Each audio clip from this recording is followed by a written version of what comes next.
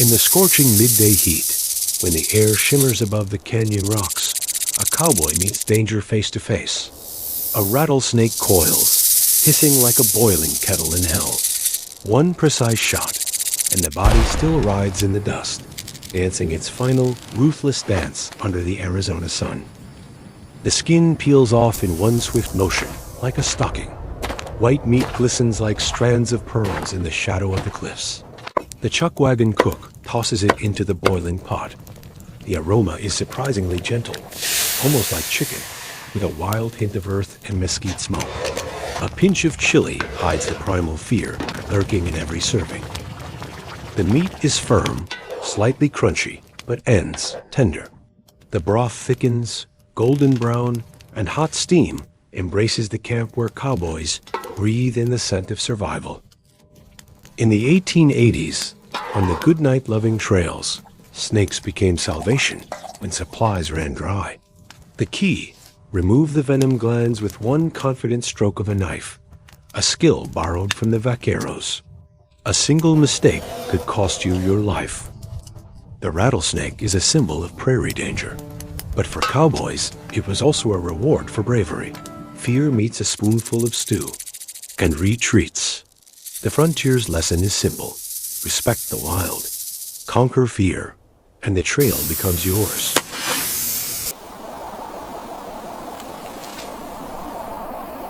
On the dawn hills of Montana, where fog slowly crawls between the pines, a cowboy freezes under their whisper. A fluffy shadow leaps across the branches, a squirrel's tail rising like a tiny warrior's banner. A shot tears through the morning silence, and the prey falls into a soft cradle of needles and leaves.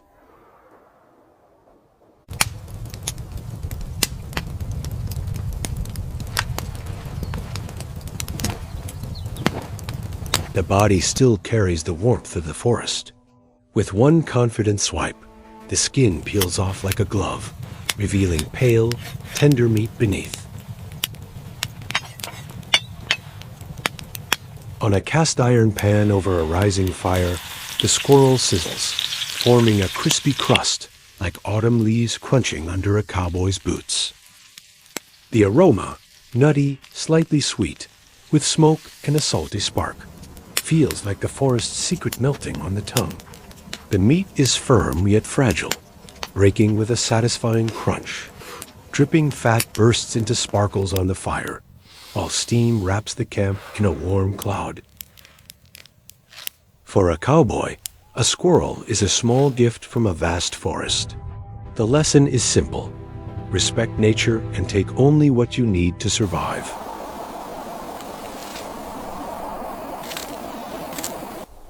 Cold pre-dawn mist lies over the prairie. Frost glimmers like silver dust dropped by the stars. It's still dark around, but a large iron pot already boils over a dim campfire, the heart of the camp, the only source of warmth and hope.